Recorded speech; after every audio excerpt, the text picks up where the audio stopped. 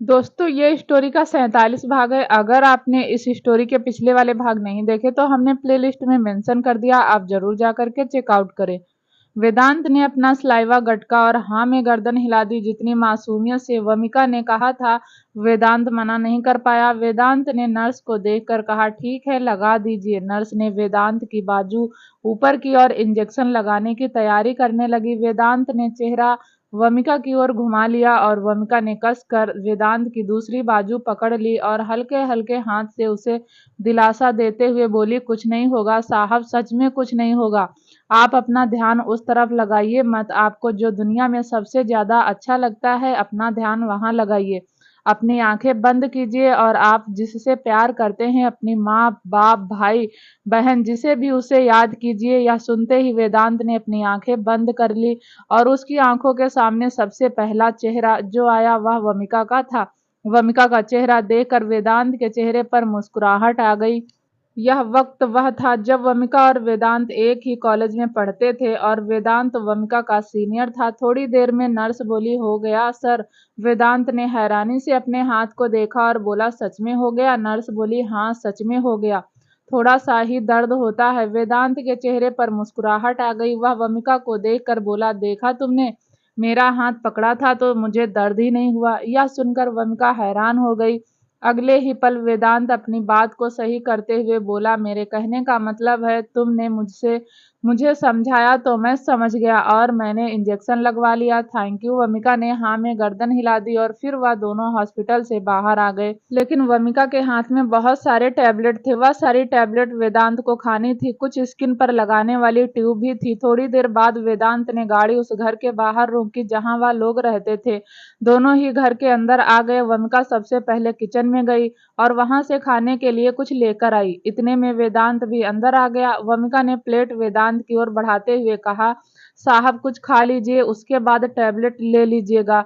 वेदांत जाकर वहां रखे सोफे पर बैठ गया। उसने टैबलेट पर नजर घुमाई तो वमिका ने बहुत सारी ड्रेसेस बना दी थी और जो सच में बहुत खूबसूरत थी।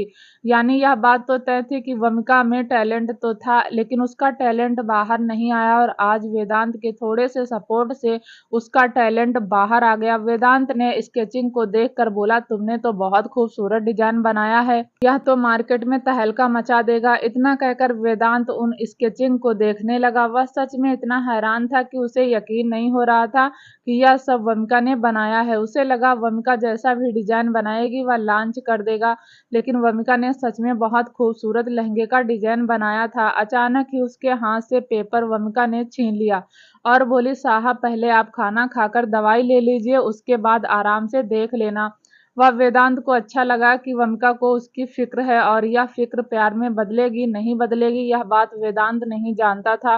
लेकिन जो भी था, वेदांत का वन साइड लव भी बहुत प्यार था। वमिका के कहने पर वेदांत ने थोड़ा सा खाना खाया और फिर अपनी टैबलेट ले ली। टैबलेट लेने के बाद वेदांत बोला, तुमने सच में बहुत खूबसूरत डिजाइन बनाई है, मैं जल्द से जल्द मार्केट में लॉन्च कर रहा हूँ, उसके बाद क्या तुम मेरी कंपनी में जॉब करोगी? मेरे कहने का मतलब है कि मुझे सच में फैशन डिजाइनर की जरूरत है।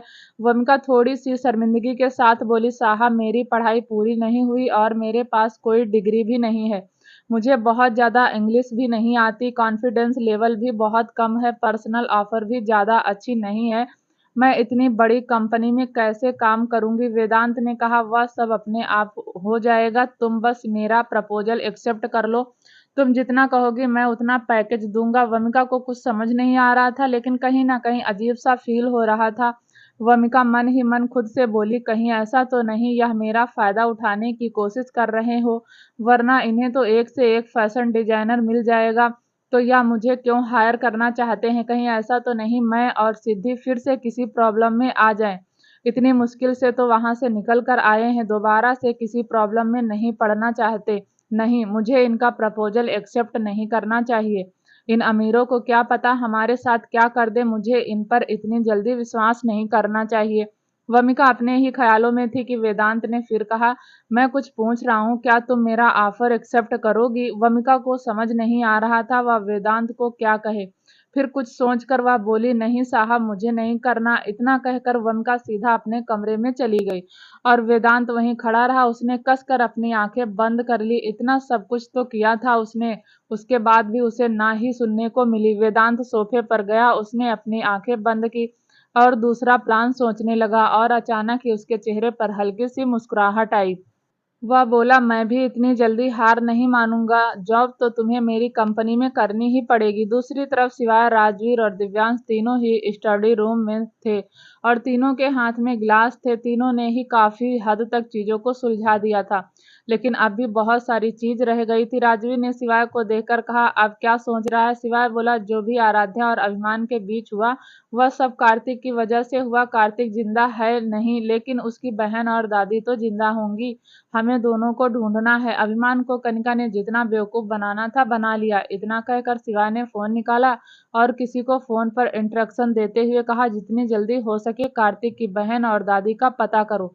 मेरे पास वक्त नहीं है, जल्द से जल्द मुझे इनके बारे में पता करके बताओ। शिवा ने फोन कट किया और उसकी नजर दरवाजे पर गई, जहां दृष्टि खड़ी हुई गुस्से में दिव्यांश को देख रही थी और दिव्यांश के हाथ में ड्रिंक का गिलास था। दृष्टि को देखकर दिव्यांश ने बहुत आराम से धीरे से ड्रिंक का गिलास साइड में रखा और शिवाय को देखकर बोला, गुड नाइट। फिर वह चुपचाप दृष्टि के पास आ गया और बच्चा सा मुंह बनाकर बोला, चलो चलते हैं, बहुत रात हो गई। दृष्टि ने गुस्से में कहा, नहीं, अभी रात कहाँ हुई?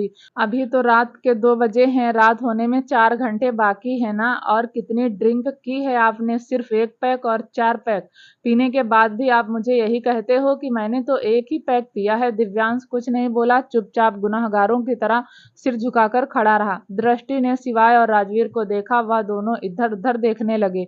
दृष्टि बोली, शिवाय भैया, आर्या तो मासूम है, इसीलिए आप उसको बेवकूफ बना देते हो, लेकिन समझ नहीं आता राजवीर भैया रूही को बेवकूफ कैसे बनाते हैं। और तभी पीछे से रूही आते हुए बोली, किसने कहा राजवीर मेरा बेवकूफ बनाता है? राजवीर ने रूही को देखा तो ड्रिंक का गिलास एक तरफ रख दिया। वैसे भी राजवीर ड्रिंक नहीं करता था। जब शिवाय और दिव्यांश के साथ बैठता था तो एक आधा पैक भी ले लेता था। राजवीर भी रूही के पास आया और उसकी बाजू पकड़कर बोला, हाँ चलो चलते हैं, बहुत रात हो गई। रूही गुस्से में बोली, अभी कहाँ बहुत रात हुई, अभी तो रात बाकी है, चाहे तो थोड़ी देर और स्टडी रूम में बैठ जाओ। शर्म तो आती नहीं होगी, बहन से ज्यादा भाइयों में इंटरेस्ट आ रहा है। यह सुनकर दिव्यांश और शिवाय दोनों ही हंसने लगे और राजवीर जैसे तैसे रूही को खींचकर वहां से ले गया। रूही खींचते हुए बोली, राजवीर बहुत हो गया, मैं कुछ कहती नहीं हूँ, इसका मतलब यह नहीं कि 24 घंटे स्टडी रूम में ही बैठे रहोगे।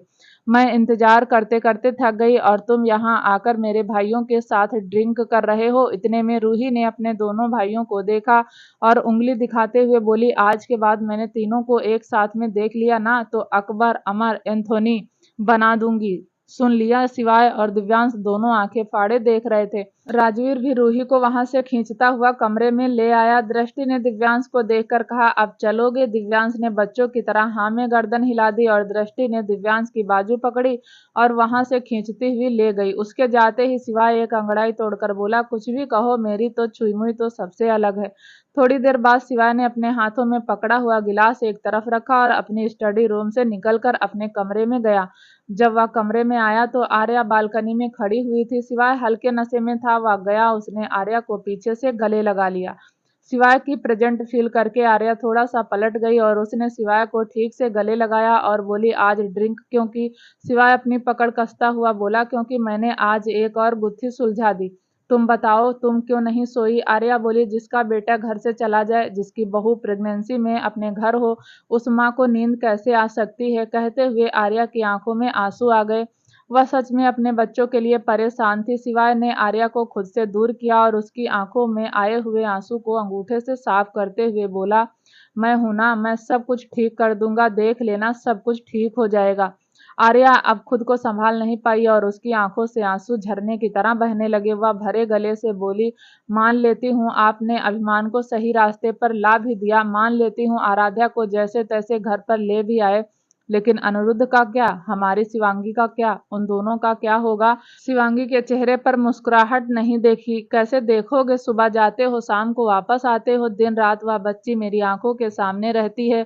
मुझे खुद याद नहीं मैंने आखिरी बार शिवांगी के चेहरे पर मुस्कुराहट कब देखी थी। हमारी तितली अनिरुद्ध के साथ हंसती थी, मुस्कुराती थी, खेलती थी, लेकिन अब देखो क्या हालत हो गई है तितली की। ऐसा लग रहा है उसकी जिंदगी के सारे रंग उड़ गए हैं। मुझे कुछ नहीं पता सिवाय मुझे शिवांगी और अनिरुद्ध का रिश्ता भी ठीक चाहिए। चाहे कुछ भी करो, मैं शिवांगी को ऐसे नहीं देख सकती। यकीन नहीं आता तो जाकर देख लो। शिवांगी के कमरे में अब भी वह बालकनी में चुपचाप खड़ी होगी। शिवाय ने आर्या को गले लगाया और बोला, मैं हूं ना, फिक्र मत करो, सब ठीक हो जाएगा। मैं सही रास्ते पर ले आऊंगा। मैं अनिरुद्ध को भी सही रास्ते पर ले आऊंगा। आर्या ने अपने आंसुओं को कंट्रोल करते हुए बोली, अनिरुद्ध सही था, सिवाय हमारा बेटा गलत था। सिवाय आर्या को लेकर बालकनी से कमरे में आ गया। उसने आर्या को सोफे पर बैठाया और खुद उसके सामने सोफे पर बैठता हुआ बोला, मैं कह रहा हूं ना, सब कुछ ठीक कर दूंगा। मैं जानता हूं अनिरुद्ध गलत नहीं है, लेकिन हमारा बेटा भी इतना गलत नहीं है। बस उसने अपने दिमाग का इस्तेमाल नहीं किया। किसी ने उसे भड़काया और वह भड़क गया। तो तुम फिक्र मत करो, सब ठीक हो जाएगा। आर्या रोते रोते बोली, सिवाय फिक्र कैसे ना करूं, शिवांगी की हालत देखी नहीं जाती, चलिए दिखाती हूँ। आर्या अपनी जगह से खड़ी हुई, उसने शिवाय की बाजू पकड़ी और उसे खींचते हुए शिवांगी के कमरे में ले आई। शिवांगी इस वक्त बालकनी पर बैठी हुई थी, एकदम शांत, उदास। उसकी आंखों में इंतजार साफ दिखाई दे रहा था। बस चांद को ही निहारे जा रही थी। हर एक मिनट उसका कैसे गुजरता था वही जानती थी। आर्या ने अपने आंसू पोंछे और बोली, देखो उसकी हालत मेरी सगी बेटी नहीं है, लेकिन उसके दिल का दर्द समझ सकती हूँ। मुझसे नहीं देखा जाता, सिवाय नहीं देखा जाता, मैं क्या करूँ। शिवाय भी इमोशनल हो गया। कितनी मुश्किल से तो शिवांगी मिली थी, कितनी मुश्किल से तो ठीक हुई थी, कितनी मुश्किल से तो अनिरुद्ध ने अपने प्यार को एक्सेप्ट किया था, और अब सब कुछ गड़बड़ हो गया। वह भी बस अभिमान की गलतफहमी के चलते। शिवाय ने ठान लिया था कि वह सब कुछ ठीक करेगा, लेकिन करेगा कैसे, उसके लिए भी तो वक्त चाहिए। कितना कुछ तो उसने ठीक कर दिया था और कितना ही कुछ उसे ठीक करने के लिए वक्त चाहिए। एकदम से तो कुछ नहीं कर पाता, यह बात सब समझते थे, लेकिन शिवांगी को कैसे समझाते। आर्या के अंदर इतनी हिम्मत भी नहीं थी कि वह शिवांगी के पास जाकर उसका दर्द बांट सके। वह वापस जाने लगी, लेकिन तभी शिवाय ने उसकी बाजू पकड़ ली। आर्या ने हैरानी से शिवाय को देखा तो शिवाय बोला, चलो अपनी बच्ची के पास बैठते हैं। आर्या ने नम आंखों से कहा, मैं नहीं जा रही, मैं उसकी आंखों में आंसू नहीं देख पाऊंगी, उसके चेहरे पर उदासी नहीं देख पाऊंगी, मुझसे नहीं होगा। शिवाय बोला, होगा छुई मुई, जरूर होगा, चलो। इतना कहकर वह दोनों शिवांगी के कमरे के अंदर आ गए। दोनों ने आसपास नजर घुमाई तो वहां हर एक चीज थी जो शिवांगी को पसंद थी, लेकिन वह सब चीजों को छोड़कर बस दिन रात अनिरुद्ध को ही याद करती रहती थी। शिवाय आर्या को लेकर बालकनी में आ गया। उसने एक बार फिर शिवांगी का चेहरा देखा और उसके सामने पड़े हुए झूले पर बैठ गया।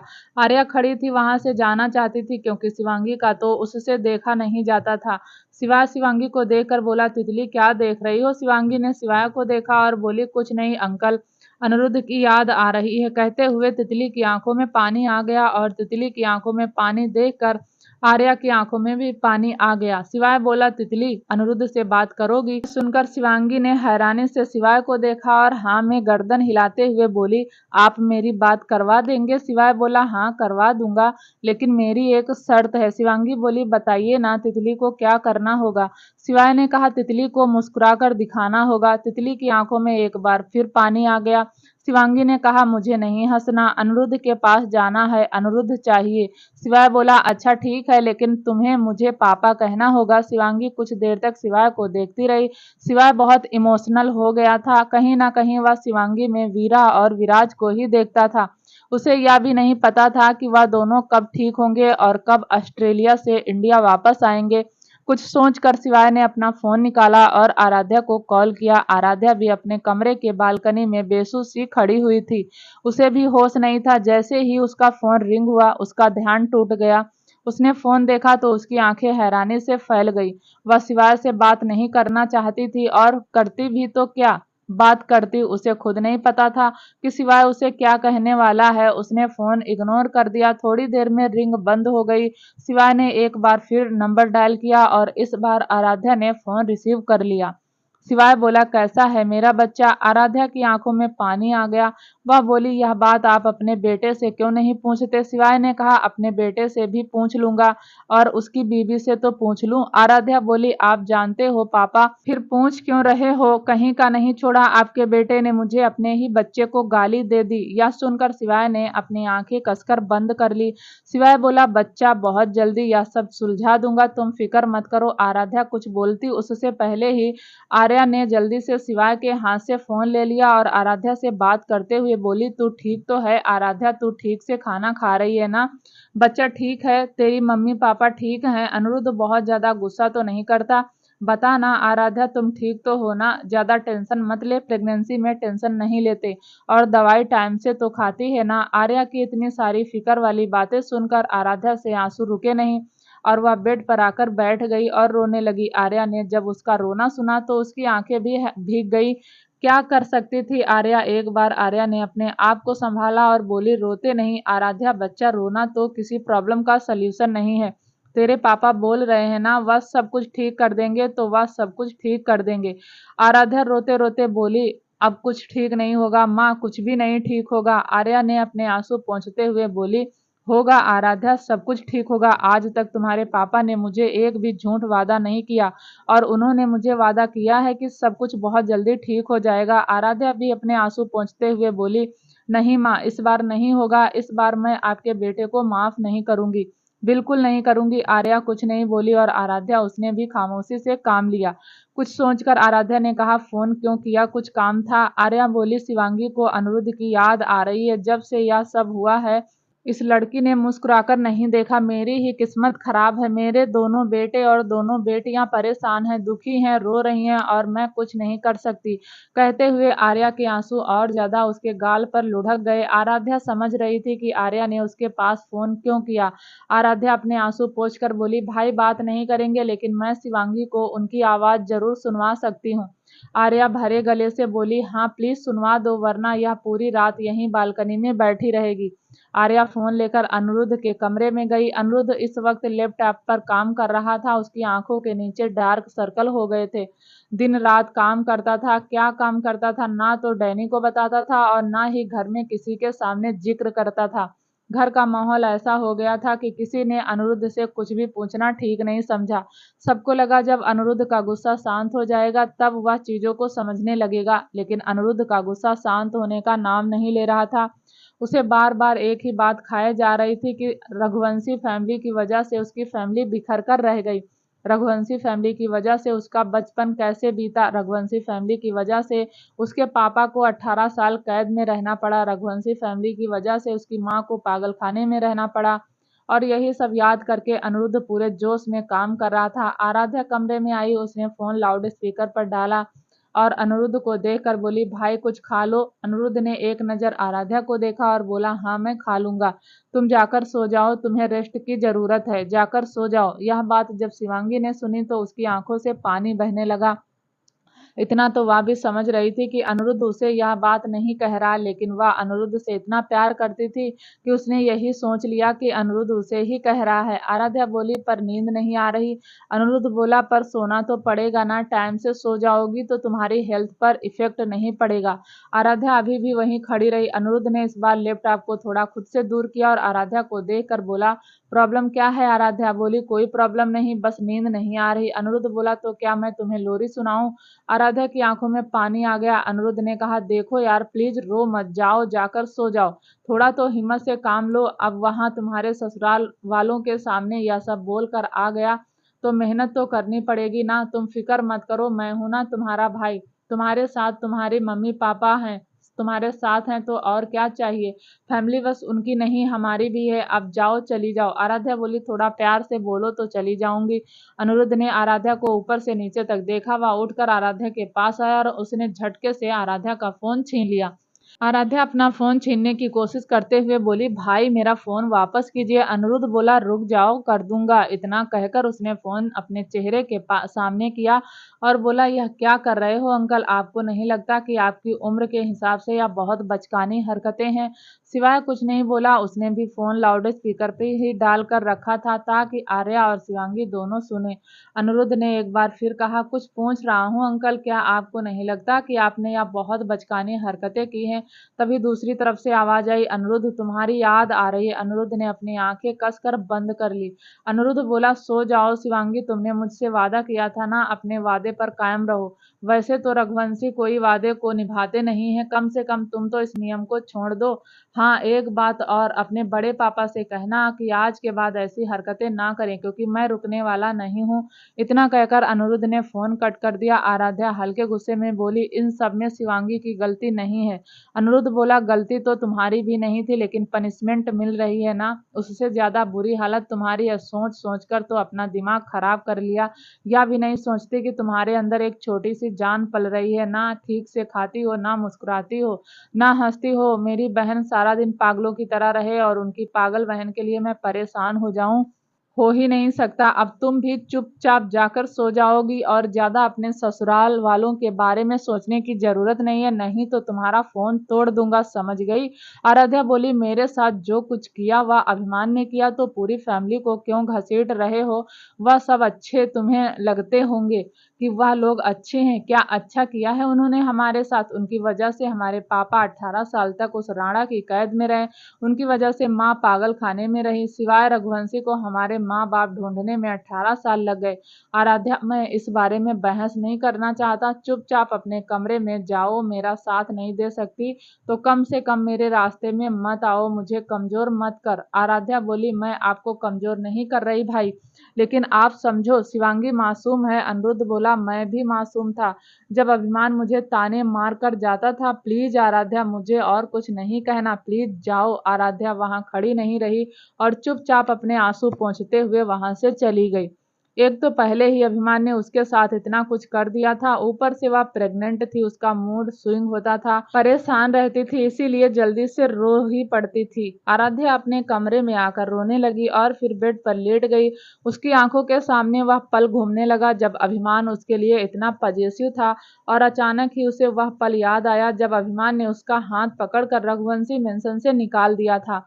दूसरी तरफ ऑस्ट्रेलिया में देव, सरगम, क्रिस, मीरा चारों ही क्लब में थे, चारों ही एंजॉय कर रहे थे। देव और सरगम मस्ती में डांस कर रहे थे, जबकि मीरा थोड़ा awkward फील कर रही थी, क्योंकि उसके और क्रिस के बीच की दूरी खत्म नहीं हुई थी, जबकि देव और सरगम के बीच की दूरी खत्म हो गई थी। इसलिए वह दोनों बहुत एंजॉय कर रहे थे। डांस तो मीरा और क्रिस कर रहे थे, लेकिन कहीं ना कहीं अभी वह दोनों एक दूसरे से इतना करीब नहीं हुए थे कि खुलकर डांस कर सके। मीरा मासूम सी लड़की थी, इसलिए शर्माती थी।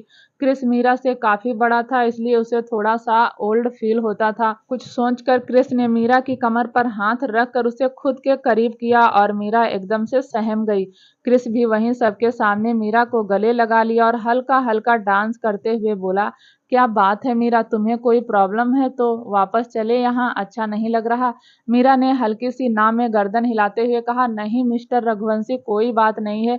क्रिस बोला, तो फिर एंजॉय क्यों नहीं करती? कब से देख रहा हूँ। मीरा बोली, मुझे यहाँ अच्छा नहीं लग रहा। क्रिस मीरा का चेहरा हल्का सा देव और सरगम की तरफ घुमाते हुए बोला, वह देखो, वह दोनों भी तो एंजॉय कर रहे हैं, फिर तुम्हें अच्छा क्यों नहीं लग रहा? मीरा तो उसकी आंखों में देख कर बोली, क्योंकि मुझे आपसे डर लगता है। क्रिस ने हैरानी से मीरा को देखा और बोला, और मुझसे डर क्यों लगता है? मीरा ने अपना सिर क्रिस के सीने पर रखा और बोली, क्योंकि आप वह सब करोगे जो वह सब करते हैं और मुझे वह सब नहीं करना, मतलब अभी नहीं करना। उसको समझ तो सब कुछ आ रहा था कि मीरा क्या कहने की कोशिश कर रही है, फिर भी उसने मीरा को चिढ़ाते हुए, वह दोनों जो करते हैं तुम क्या नहीं करना चाहती? मीरा ने क्रिस के सीने पर एक पंच मारा और बोली, ज्यादा स्मार्ट मत बने मिस्टर रघुवंशी, आप अच्छे से जानते हैं मैं क्या कहने की कोशिश कर रही हूँ। क्रिस अपनी पकड़ मीरा पर कसी और बोला, समझ गया मीरा, पर तुम फिक्र मत करो, जब तक तुम्हारा मन नहीं होगा हम करीब नहीं आएंगे, लेकिन एंजॉय तो करो। अच्छा चलो वहाँ टेबल पर बैठते हैं। इतना कहकर क्रिस मीरा को लेकर टेबल पर आ गया। दोनों आमने सामने बैठे थे। क्रिस मीरा के गाल पर हाथ लगाकर बोला, मैंने कहा ना, जब तक तुम्हारा मन नहीं होगा हम करीब नहीं आएंगे। चलो अब बताओ क्या पियोगी? मीरा बोली, ऑरेंज जूस। यह सुनकर क्रिस को हंसी आ गई। वह बोला, तुम्हें इस माहौल को देखकर लगता है यहाँ ऑरेंज जूस होगा? मीरा बोली, तो फिर मुझे यहाँ कुछ भी उल्टा सीधा नहीं पीना प्लीज, मुझे इन चीजों से डर लगता है। क्रिस ने कहा, मैं हूं ना तुम्हारे साथ, तो तुम्हें डर क्यों लगता है? वह दोनों बात कर ही रहे थे कि तभी पीछे से एक वेटर आया जिसके हाथ में एक ट्रे थी और उसमें बहुत सारे ड्रिंक थे। उसका पैर लड़खड़ा गया और वह सीधा क्रिस मीरा की टेबल पर आकर गिरा। उसके हाथ में जो ट्रे थी वह वहीं टेबल पर गिर गई और सारे गिलास की ड्रिंक मीरा के ऊपर गिरी। मीरा जल्दी से उठकर अपने कपड़े झाड़ने लगी। क्रिस ने गुस्से में उस वेटर को देखा तो वेटर ने सॉरी मांगते हुए कहा, सॉरी सर, मेरी गलती नहीं है, वह मेरा पैर पता नहीं कहाँ टकरा गया। क्रिस ने उस वेटर को जाने का इशारा किया और फिर मीरा के पास जाकर बोला, चलो तुम्हें वॉशरूम में लेकर चलता हूँ। मीरा ने हाँ में गर्दन हिला दी, लेकिन जैसे ही वह क्रिस के साथ वॉशरूम में जाने लगी उसने फिर से उस लड़के को देखा जो इंडिया से ही उसे फॉलो कर रहा था। मीरा जितना उसे इग्नोर करती वह लड़का उतना ही मीरा के सामने आता था। मीरा के दिल की धड़कन बढ़ गई। उसने अपनी पकड़ क्रिस के हाथ पर मजबूत कर ली और क्रिस उसे लेकर वॉशरूम में चला गया। क्रिस मीरा को लेकर वॉशरूम के बाहर था। उसने उसे वॉशरूम में जाने का इशारा किया और खुद बाहर खड़ा हो गया। वह लेडी वॉशरूम था, इसलिए क्रिस अंदर नहीं जा सकता था। मीरा अकेले अंदर चली गई। मीरा ने अंदर जाकर देखा तो वह बहुत बड़ा वॉशरूम था। मीरा अपनी ड्रेस साफ करने लगी, लेकिन तभी उसने अपने पीछे किसी की प्रेजेंट फील की। मीरा ने सामने मिरर में देखा तो वह वही लड़का था जो उसे इंडिया से फॉलो करता हुआ आया था। मीरा एकदम से घबरा गई और जल्दी से वहां से जाने लगी, लेकिन उससे पहले ही उस लड़के ने मीरा का हाथ पकड़ लिया। मीरा के रोंगटे खड़े हो गए। उसने अपनी कलाई घुमाते हुए कहा, यह क्या बदतमीजी है, छोड़ो मुझे। वह लड़का बोला, छोड़ने के लिए थोड़ी पकड़ा है, कब से इंतजार कर रहा था कि कब तुम मुझे मिलो और मैं तुम्हारे साथ थोड़ा वक्त बिताता हूँ।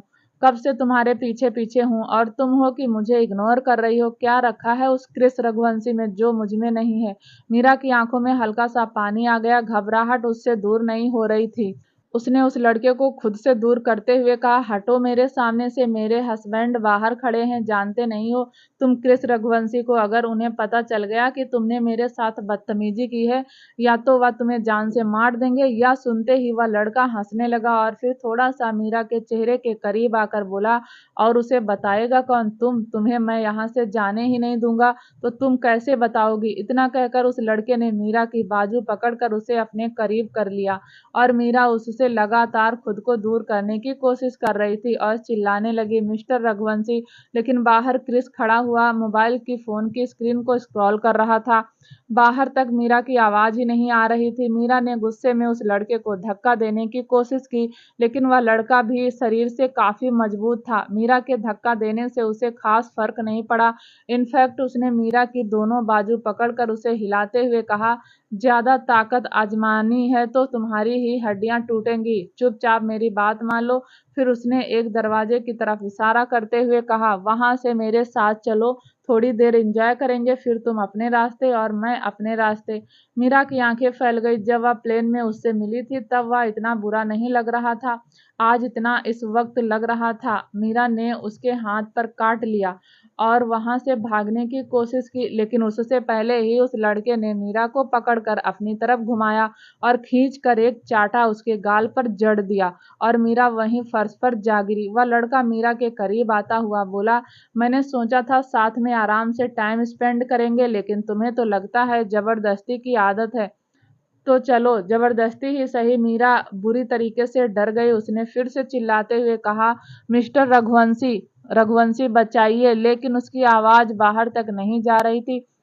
तो क्रिस को कैसे पता चलता कि मीरा मुसीबत में है? वह लड़का मीरा के करीब आने लगा और उसने मीरा के कंधों पर हाथ रखकर उसे जमीन से खड़ा किया और फिर उसे दीवार में लगाकर बोला, तुम्हारा मिस्टर रघुवंशी तुम्हें बचाने नहीं आएगा, आ ही नहीं सकता, क्योंकि बाहर तक आवाज ही नहीं आती और जब तक वह अंदर आएगा तब तक तो मैं तुम्हारे जैसे फूल को नोच चुका हूँगा।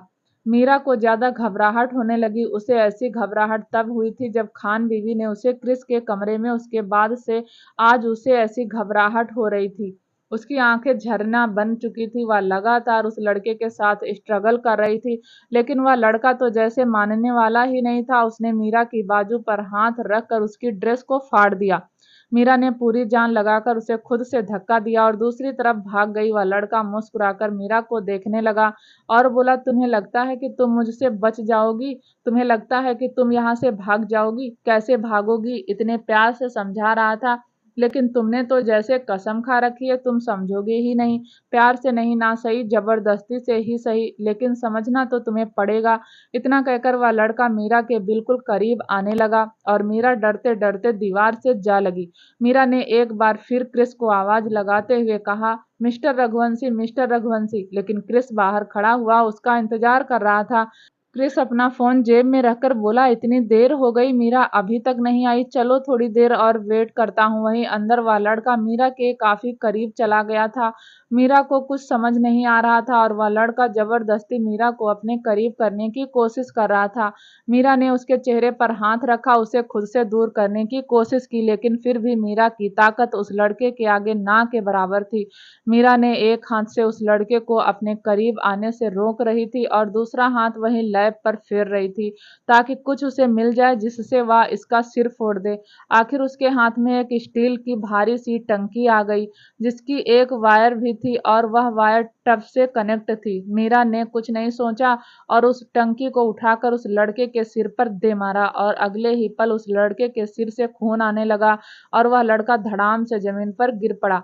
मीरा को अब जाकर सांस आई। उसके हाथ में वह टंकी थी। उसने उस टंकी को देखा जिस पर खून लग चुका था। मीरा एक सेकंड के लिए डर गई, फिर उसने जमीन पर देखा जहां लड़का बेहोश हो गया था। मीरा लगभग बेहोश हो गई थी, फिर भी उसने खुद को संभाला और बाथरूम से भागकर बाहर आ गई। वह घबराहट में गेट भी नहीं खोल पा रही थी। उसने जोर जोर से दरवाजा बजाना शुरू कर दिया और रोते रोते बोली, mister Raghuvanshi, mister Raghuvanshi, mister Raghuvanshi. क्रिस गेट के बाहर ही खड़ा था। उसने जब दरवाजा पीटने की आवाज सुनी तो जल्दी से दरवाजे के पास आया और बोला, क्या हुआ मीरा, क्या हुआ? मीरा कुछ बोल नहीं रही थी, बस दरवाजा पीटे जा रही थी और अगर कुछ बोल रही थी तो वह बस मिस्टर रघुवंशी। क्रिस को समझते देर नहीं लगी कि मीरा घबरा रही है। उसने जल्दी से आसपास नजर घुमाई तो उसे एक स्टाफ का लड़का दिखाई दिया। क्रिस ने उस लड़के को अपने पास आने का इशारा किया और दरवाजा खोलने के लिए कहा। उस लड़के ने दरवाजा खोल दिया। जैसे ही दरवाजा खुला वैसे ही मीरा ने झटके से क्रिस को गले लगा लिया और फूट फूट कर रोने लगी। क्रिस को समझ ही नहीं आया कि मीरा को हुआ क्या है, लेकिन तभी उसकी नजर मीरा की ड्रेस पर गई जो एक तरफ से फटी हुई थी। क्रिस बस आंखें हैरानी से फैल गई। उसने मीरा पर अपनी पकड़ कस दी। उसे समझते देर नहीं लगी कि मीरा के साथ किसी ने बदतमीजी की है। क्रिस मीरा का चेहरा ऊपर उठाकर देखा तो मीरा कुछ बोल ही नहीं रही थी और ना ही ठीक से सांस ले पा रही थी। क्रिस ने एक बार फिर उसे अपने सीने से लगा लिया और बोला, मैं हूं ना, कुछ नहीं होगा, फिक्र मत करो। इतना कहकर वह मीरा को थोड़ा सा बाथरूम के अंदर लेकर आया। उसने बाथरूम में उस लड़के को देखा तो उसकी आंखें भी हैरानी से फैल गई। एक तो पहले ही वह दूसरी कंट्री में था और ऊपर से इतना बड़ा हादसा। क्रिस को समझ नहीं आ रहा था वह यह सब कैसे हैंडल करेगा और इतने में वह स्टाफ की लड़की जोरों से चिल्लाई, oh my God, what is this? कहती हुई वह लड़की वहां से भाग गई और अपने साथ स्टाफ के कुछ लोगों को बुलाकर लाई। उनमें से एक आदमी ने उस लड़के की पल्स को चेक किया और उसको देखकर बोला, ही इज डेड। यह सुनकर मीरा और जोर से रोने लगी और क्रिस की पकड़ मीरा पर और ज्यादा कस गई। उसका रोना तेज हो गया। क्रिस को भी समझ नहीं आ रहा था वह क्या करे। उसके सिर में भी दर्द होने लगा था। इतने में उस होटल के मैनेजर ने अपने एक असिस्टेंट को देखकर कहा, कॉल द पुलिस। और यह सुनकर मीरा और ज्यादा रोने लगी और उसने अपना सिर क्रिस के सीने में छुपा लिया। वहीं क्रिस को भी समझ नहीं आ रहा था वह इस देश में सिचुएशन को कैसे हैंडल करेगा। होटल में अफरा तफरी मच चुकी थी। वहां भीड़ इकट्ठी हो गई थी। थोड़ी देर में देव और सरगम भी वहां आए। देव सरगम ने मीरा को देखा तो सरगम बोली, मीरा क्या हुआ, क्या हुआ? इतने में क्रिस बोला, मीरा के साथ यह लड़का जबरदस्ती कर रहा था और मीरा ने टंकी उठाकर इसके सिर पर मार दी। देव अचानक से बोला, हाँ तो सही किया ना, इसमें इतना रोने वाली क्या बात है? और बच्चा रो क्यों रही हो? यह तुमने सही किया, एक लड़की को अपनी इज्जत भी ना बचाए क्या? कृष्ण ने देव को देखा और थोड़ा सीरियस होते हुए कहा, देव हम इंडिया में नहीं है, यहाँ के रूल अलग हैं, समझ रहे हो ना? देव ने अपना फोन निकाला और बोला, भाड़ में गए रूल और भाड़ में गए रेगुलेशन, मीरा को कुछ होने नहीं दूंगा। सरगम की भी हालत खराब हो गई थी। उसने मीरा के कमर पर हाथ रखा और मीरा ने क्रिस को छोड़कर सरगम को गले लगा लिया और रोती रोती बोली, मेरे साथ बदतमीजी कर रहा था दी, मुझे कुछ समझ नहीं आया दी, मैंने मार दिया, मैंने खून कर दिया।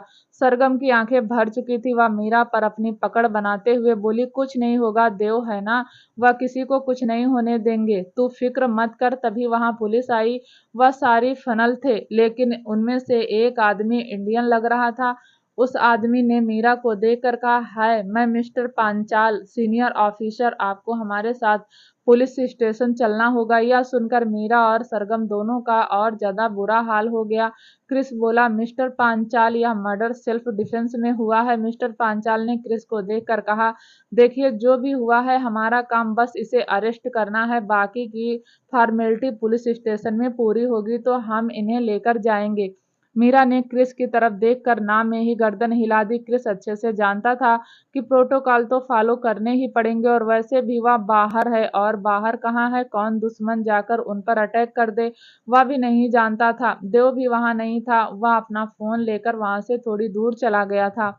क्रिस मीरा को सरगम से दूर किया और अपने करीब करके उसकी आंखों से आंसू पोंछते हुए बोला, मैं हूं ना, फिक्र मत करो, लेकिन हमें कुछ रूल तो मानने ही होंगे। तुम पुलिस स्टेशन चलो, मैं सब ठीक कर दूंगा, और डरना मत मीरा, अगर तुम डर जाओगी तो हम सब टूट जाएंगे। तुम्हें डरना नहीं है, तुमने कुछ गलत नहीं किया, बल्कि मुझे प्राउड है कि तुमने खुद को बचाने के लिए यह सब कर दिया। टेंशन मत लो, मैं हूं तुम्हारे साथ, लेकिन तुम्हें थोड़ा कॉर्पोरेट करना पड़ेगा, करोगी ना। मीरा ने हल्की सी हाँ में गर्दन हिलाई और क्रिस मीरा के माथे को चूम लिया। मिस्टर पांचाल मीरा को लेकर जा रहे थे और मीरा उसके आंसू नहीं रुक रहे थे। वह बार बार मुड़कर क्रिस को देख रही थी। क्रिस की आंखें भी लाल हो गई थी। उसे भी समझ नहीं आ रहा था वह यह सब कैसे हैंडल करेगा, लेकिन करना तो पड़ेगा ही। मिस्टर पांचाल मीरा को गाड़ी में पास ले आए। क्रिस और सरगम दोनों ही मीरा को जाते हुए देख रहे थे। देखते ही देखते वह मीरा को ले गए और क्रिस कुछ नहीं कर पाया। थोड़ी देर बाद देव वहां आया। उसे समझते देर नहीं लगी कि मीरा को पुलिस लेकर चली गई। देव ने क्रिस से कहा, ले गए। क्रिस ने हाँ में गर्दन हिला दी। क्रिस ने कहा, किसी से बात की? देव ने कहा, सिवाय चाचू से बात नहीं हुई, सोच रहा हूँ राजवीर फूफा से बात कर लूं। क्रिस दांत पीसते हुए कहा, अब तक तो कर भी लेता, कर लेना यार, वह वहां नहीं रह पाएगी। देव ने आंखें झपकाई और तभी उसका फोन वाइब्रेट होने लगा। उसने क्रिस को देखकर कहा, राजवीर फूफा का फोन है, मैं बात करके आता हूँ, तब तक तुम दोनों पुलिस स्टेशन पहुंच जाओ। सरगम और क्रिस दोनों ही वहां से चले गए। वहीं देव राजवीर से फोन पर बात कर रहा था। राजवीर बोला, देव, तुम शिवाय को कॉल कर रहे थे? देव ने कहा, फूफा जी, एक प्रॉब्लम हो गई है, मेजर प्रॉब्लम। राजवीर ने कहा, क्या प्रॉब्लम है, बताओ मुझे। देव बोला, मीरा ने सेल्फ डिफेंस में मर्डर कर दिया। यह सुनकर राजवीर की भी आंखें हैरानी से फैल गई। वह बोला, हमारे घर की बहू पर कोई गंदी नजर रख रहा था। तुम दोनों चाचा भतीजे क्या कर रहे थे? तुम दोनों वहां क्या करने गए हो? अगर तुम दोनों से मीरा का ख्याल भी नहीं रखा गया, जानते भी हो, अगर पैंथर को पता चल गया कि उसकी बेटी के साथ यह सब कुछ हुआ है तो वह क्या करेगा? पूरे रघुवंशी मेंशन को सिर पर चढ़ा लेगा। हे भगवान, सच कहता हूँ, सिवाय तुम सबको तो मुर्गा बनाकर मारेगा। यह कोई छोटी मोटी बात नहीं है, क्या करूं मैं तुम दोनों का? देव कुछ नहीं बोला। राजवीर का डांटना बिल्कुल ठीक था। उन दोनों के होते हुए मीरा पर किसी ने गंदी नजर रखी, उसके साथ जबरदस्ती करने की कोशिश की, और तो और मीरा ने उसे मार दिया और दोनों चाचा भतीजे को खबर भी नहीं हुई। राजवीर ने गहरी सांस ली और बोला, मैं उसकी बेल कराने की कोशिश करता हूँ, उस बच्ची को अकेला मत छोड़ना, कोई उल्टा सीधा काम मत करना। जितनी जल्दी हो सके मैं शौर्य को लेकर वहां आता हूँ, और हाँ, घर में किसी को कुछ मत बताना, कुछ भी नहीं, वरना तुम लोग तो हो ही टेंशन में, यहाँ भी सब टेंशन में आ जाएंगे, समझ गए? सिवाय से मैं अपने आप बात कर लूंगा। देव बोला, ठीक है फूफा जी, जैसा आप कहते हैं वैसा ही करूंगा, लेकिन आप जल्दी से जल्दी आ जाना।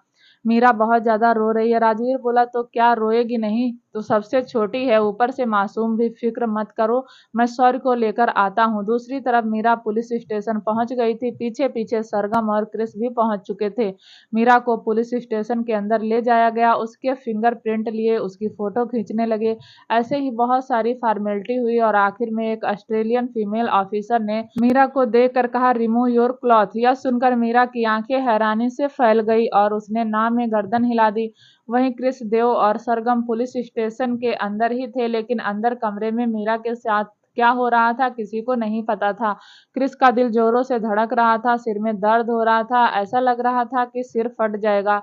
देव बार बार क्रिस को संभालने की कोशिश तो कर रहा था, लेकिन उसका दिमाग खुद ही बहुत ज्यादा खराब था। अगर राजवीर शौर्य को लेकर आता है तब भी आने में एक दिन लग जाता। वहीं अंदर मीरा के आंसू रुक नहीं रहे थे। अब तक हिम्मत से काम ले रही थी, लेकिन अब उसके अंदर हिम्मत बची नहीं थी। उसे सपोर्ट की जरूरत थी। क्रिस के तो खुद सिर में दर्द था, वह क्या ही सपोर्ट करता। इतने में उस फीमेल ऑफिसर ने कहा, I said remove your cloth. Meera ने उस कमरे में देखा जहां एक फीमेल ऑफिसर के साथ दो और फीमेल खड़ी थी। एक शायद डॉक्टर थी, एक ऑफिसर। मीरा ने ना में गर्दन हिला दी। वह फीमेल ऑफिसर मीरा के करीब आई तो मीरा ने पूरी जान लगाकर उस फीमेल ऑफिसर को धक्का दिया और उस कमरे से भागकर बाहर आ गई। उसने इधर उधर देखा तो उस कॉरिडोर की दूसरी तरफ क्रिस और सरगम खड़े दिखाई दिए। वह भागती हुई और सीधा जाकर क्रिस के गले लग गई, रोने लगी। क्रिस ने अपनी पकड़ मीरा पर कस दी। उसने नजर उठाकर सामने देखा तो वह तीनों फीमेल मीरा की तरफ ही आ रही थी। मीरा ने क्रिस को कसकर गले लगाया था, वह कांप रही थी, उसके आंसू रुक नहीं रहे थे। क्रिस मीरा को पहले संभाला और फिर धीरे से उसके कान में पूछा, क्या हुआ है, मुझे बताओ। मीरा ने धीरे से कहा, वह लोग कपड़े उतारने के लिए कह रहे हैं। मैं नहीं उतारूंगी, मैं नहीं उतारूंगी, मुझसे नहीं होगा, प्लीज मुझे यहाँ से ले चलो, प्लीज ले चलो मुझे यहाँ। कहते हुए मीरा का गला पूरी तरीके से भर गया था। उसकी आवाज अटक अटक कर आ रही थी। पता चल रहा था कि इस वक्त वह मेंटली कितनी दर्द में है। इतने में वो तीनों फीमेल मीरा के पास आई। उनमें से एक ने मीरा की बाजू पकड़कर हल्का सा खींचते हुए कहा, मैम प्लीज कारपोरेट। लेकिन मीरा ने क्रिस को इतनी जोर से पकड़ा था कि वह फीमेल मीरा को खींच ही नहीं पाई। उसने एक बार जान लगाकर मीरा को क्रिस से दूर करने की कोशिश की, लेकिन इस बार क्रिस ने उस फीमेल का हाथ पकड़ लिया और उसे देखकर बोला, I want to talk you mister Panchal. उस फीमेल ऑफिसर ने कुछ नहीं कहा, हाँ में गर्दन हिलाई और पहले 20 मिनट में वह सब मिस्टर पांचाल के केबिन में खड़े हुए थे। मिस्टर पांचाल ने उन सबको देखा और फीमेल ऑफिसर को वहां से जाने का इशारा किया। वह सारी फीमेल ऑफिसर वहां से चली गई। उनके जाते ही मिस्टर पांचाल ने कहा, क्या चाहते हैं आप मिस्टर रघुवंशी। देव ने मिस्टर पांचाल को जवाब देते हुए कहा, देखिए सर, आप जानते हैं कि इंडियन कैसे होते हैं और मीरा ऐसे कारपोरेट नहीं कर पाएगी। वह अभी अभी 18 साल की हुई है, बच्ची है, वह उसे जो समझ आया उसने कर दिया। हम प्रोटोकॉल के खिलाफ नहीं जा रहे हैं, लेकिन प्लीज आप समझिए वह मेंटली डिस्टर्ब है। पहले ही उसके ऊपर रेप अटेम्प्ट हुआ है और मर्डर। आप खुद ही बताइए वह लड़की खुद को कैसे संभालेगी। आप समझ रहे हैं ना। मिस्टर पांचाल ने उन सब चारों को देखा और बोला, तो आप क्या चाहते हैं, मैं मीरा को आपके साथ भेज दूं, जैसे इंडिया में होता है, बेल करा दूं, आप इसे लेकर चले जाना और फिर मैं इसे बुलाऊं। यहाँ के रूल्स इंडिया के रूल्स से बहुत अलग हैं और मीरा को कॉर्पोरेट करना होगा। या सुनते ही मीरा और ज्यादा क्रिस की बाहों में समा गई। उसके आंसू रुक नहीं रहे थे कि क्रिस भी संभालता संभालता परेशान हो गया था। देव को अचानक अपने पापा की बात याद आई। हर जगह अक्कड़ से काम नहीं चलता, कहीं कहीं प्यार से भी बात मनवाई जा सकती है। इस बार देव ने ऑफिसर के सामने हाथ जोड़कर कहा, देखिए हम बहुत अच्छी फैमिली से हैं। मुझे नहीं पता आप रघुवंशी फैमिली को जानते हो या नहीं, लेकिन यकीन मानिए हम इंडिया में काफी फेमस हैं। हम यहाँ अपनी छुट्टी एंजॉय करने आए थे। हमें नहीं पता यह सब हो जाएगा। आप मुझे बस यह बताइए कि एक फीमेल वॉशरूम में मेल की एंट्री कैसे हुई।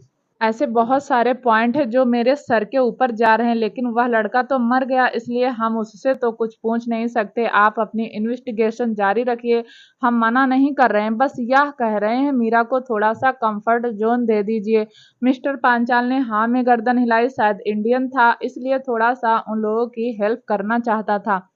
वह बोला, तो बताइए कंफर्ट जोन कैसे देना होगा। क्रिस बोला, मैं मीरा को अकेले नहीं छोड़ सकता, आप मीरा को जहां रखेंगे मैं वहीं रहूंगा, मुझे भी उसके साथ रहना है। मिस्टर पांचाल ने ना में गर्दन हिलाते हुए कहा, यह तो हो ही नहीं सकता।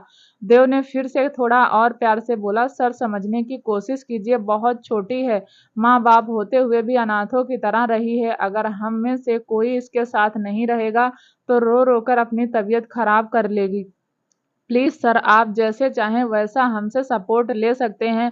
मैं खुलकर कहता हूँ, आपको जितने पैसे चाहिए मैं दे दूंगा, लेकिन मीरा के साथ हम में से किसी एक को रहने दीजिए। तभी एक फीमेल ऑफिसर केबिन के बाहर खड़ी थी, उसने अंदर आने की परमिशन मांगी।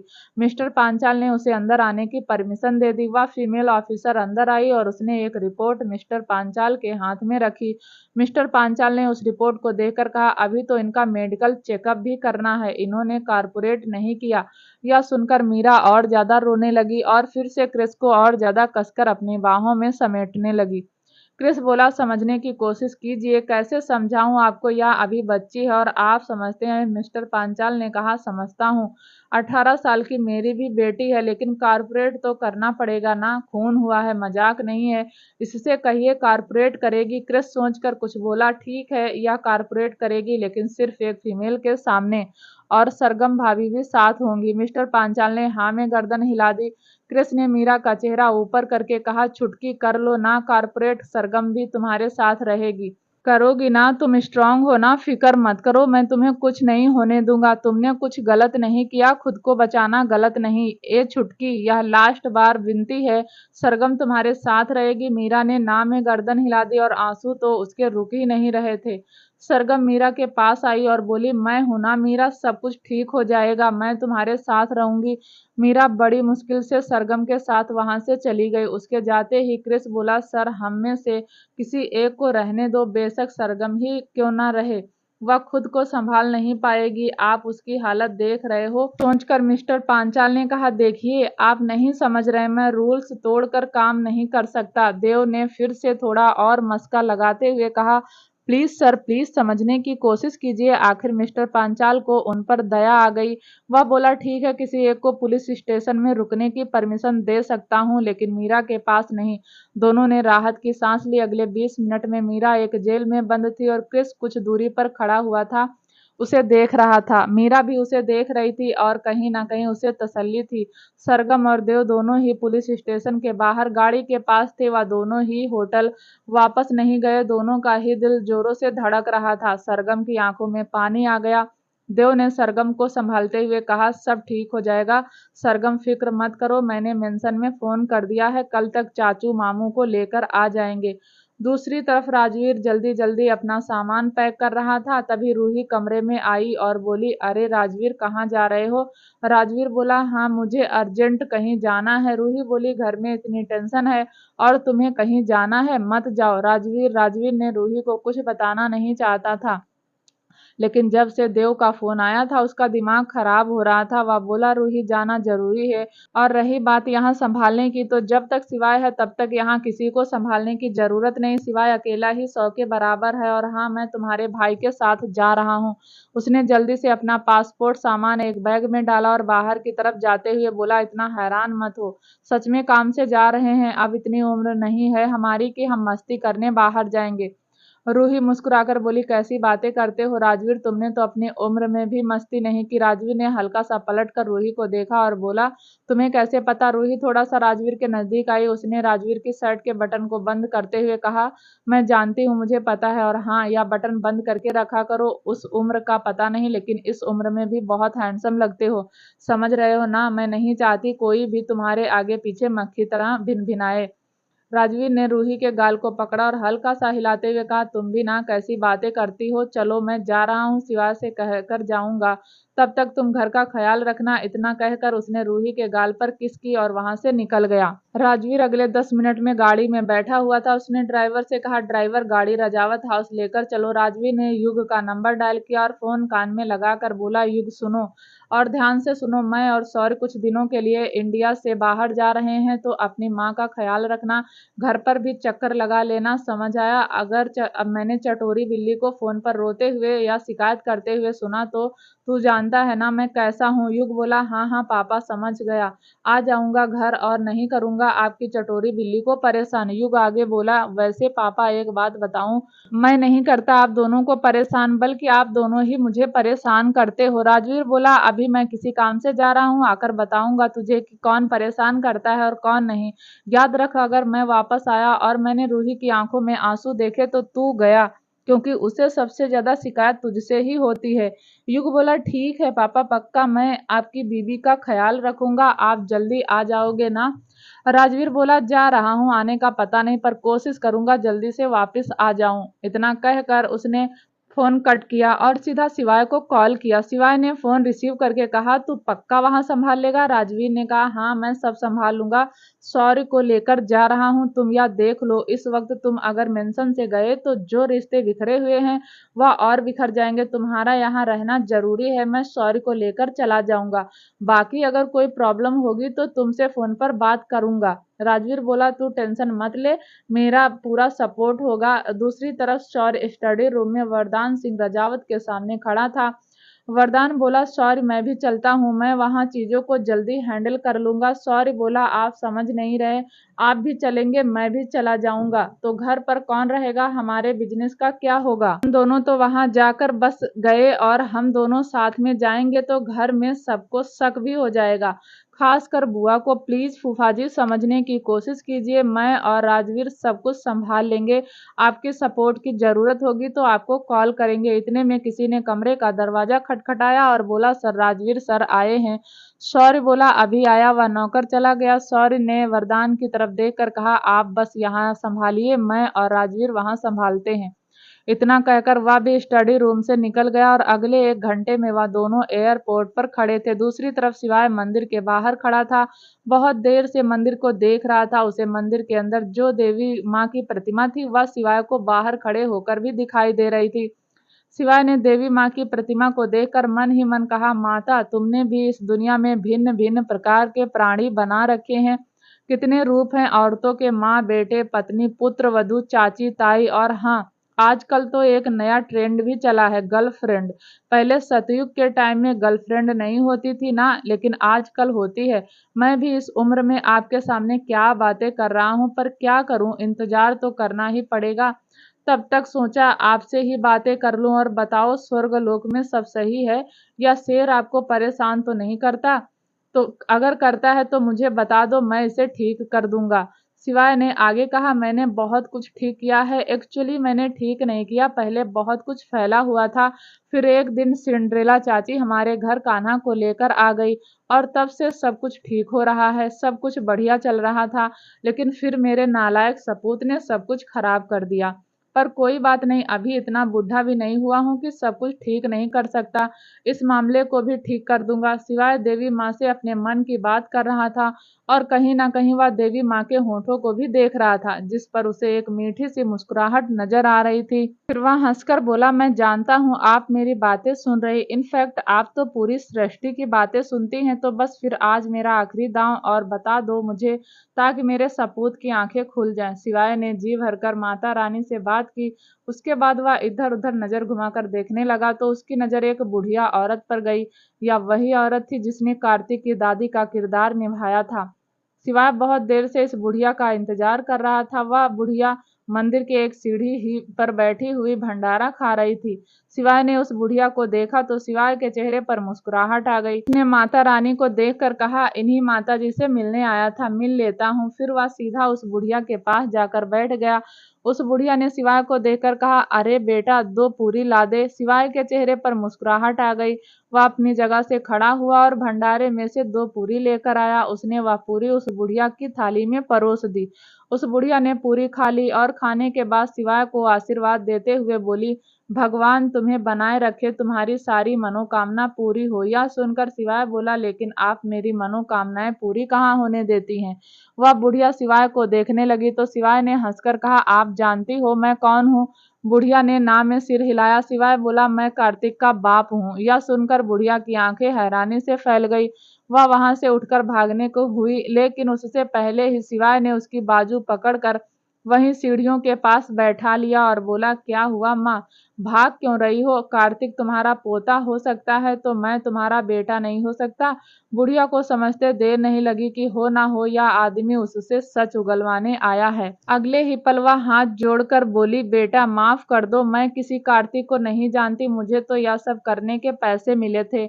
यह सुनकर शिवाय बोला, आप तो बहुत इंटेलिजेंट हैं, सच में बहुत इंटेलिजेंट हैं, मैंने कुछ कहा भी नहीं और आप खुद ही अपना गुनाह कबूल कर रही हैं। अच्छा चलिए यह बताइए कितने पैसे दिए आपको उसने? वह बुढ़िया हाथ जोड़कर बोली, बस 50,000।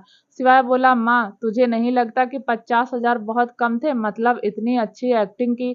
उस लड़के का क्या नाम था? अभिमान। हाँ, अभिमान रघुवंशी को इतना बेवकूफ बनाया और पैसे मिले सिर्फ 50,000। आपने कहा नहीं मुझे थोड़े ज्यादा चाहिए? अगले ही पल वह बुढ़िया मुंह बनाकर बोली, मैंने तो 2 लाख मांगे थे, लेकिन उस नालायक ने कहा कि चुपचाप 50,000 ले, क्योंकि मुझसे ज्यादा अच्छी एक्टिंग तो मैंने की है। मैंने तो बस रो धोकर ही अभिमान को बेवकूफ बनाया। मैं तो 50,000 लेकर हरिद्वार चली गई, आज ही वापस आई हूँ। शिवाय बोला, हाँ वही तो कह रहा हूँ, बस 50,000 के लिए रोना मुश्किल है। बुढ़िया बोली, हाँ सही कह रहे हो। अगले ही पल शिवाय अपने बारे में बोला, अब सच सच बताओ कि क्या हुआ था? बुढ़िया हैरान आंखों से शिवाय को देखने लगी। शिवाय अगले ही पल खड़ा हुआ, उसने बुढ़िया की बाजू पकड़ी और उसे खींचता हुआ बोला, अभिमान के सामने जाकर सब कुछ सच सच बताना, वरना यहीं गोली मार दूंगा और किसी में इतनी हिम्मत नहीं है कि तुम्हें बचा ले। वह बुढ़िया सच में डर गई और शिवाय के साथ पीछे पीछे चली गई। शिवाय ने बुढ़िया को गाड़ी में बैठाया और खुद ड्राइविंग सीट पर बैठ गया। उसने फिर दिव्यांश को कॉल करके फार्म हाउस पर अभिमान और युग को लेकर आओ कहा। शिवाय ने फोन रखा और गाड़ी का गियर चेंज करते हुए बोला, अच्छा माँ तुम्हें शर्म नहीं आती यह सब काम करते हुए? वह बुढ़िया कुछ नहीं बोली क्योंकि वह शिवाय से डर रही थी। शिवाय ने गाड़ी की स्पीड तेज करते हुए कहा, बताओ ना, शर्म नहीं आती यह सब काम करते हुए? कभी सोचा है कि जिस लड़के को भड़का रही हो, जिस लड़के को अपने झूठे आंसुओं से फंसा रही हो, वह लड़का तुम्हें दिल से अपने दोस्त की दादी मान चुका था? वह बुढ़िया हाथ जोड़कर गिड़गिड़ाते हुए बोली, बेटा मुझे माफ कर दो, मेरा तो यही काम है, मैं तो एक्टिंग करके पैसे कमाती हूँ। मुझे नहीं पता पूरी बात क्या थी और क्या नहीं, मुझसे बस यही कहा गया था कि तुम्हें कार्तिक की दादी बनना है और तुम्हें अभिमान नाम का लड़का मिलने आएगा, तुम्हें उसे अपने आंसुओं पर यकीन दिलाना है। वह लड़का बहुत अच्छा है, उसने मुझे कार्तिक की दादी समझ लिया। क्या होगा आगे जानने के लिए प्लीज दोस्तों चैनल को लाइक शेयर सब्सक्राइब जरूर करें, ताकि जब भी वीडियो डालें आपको नोटिफिकेशन तुरंत मिले। तब तक के लिए नमस्कार, धन्यवाद।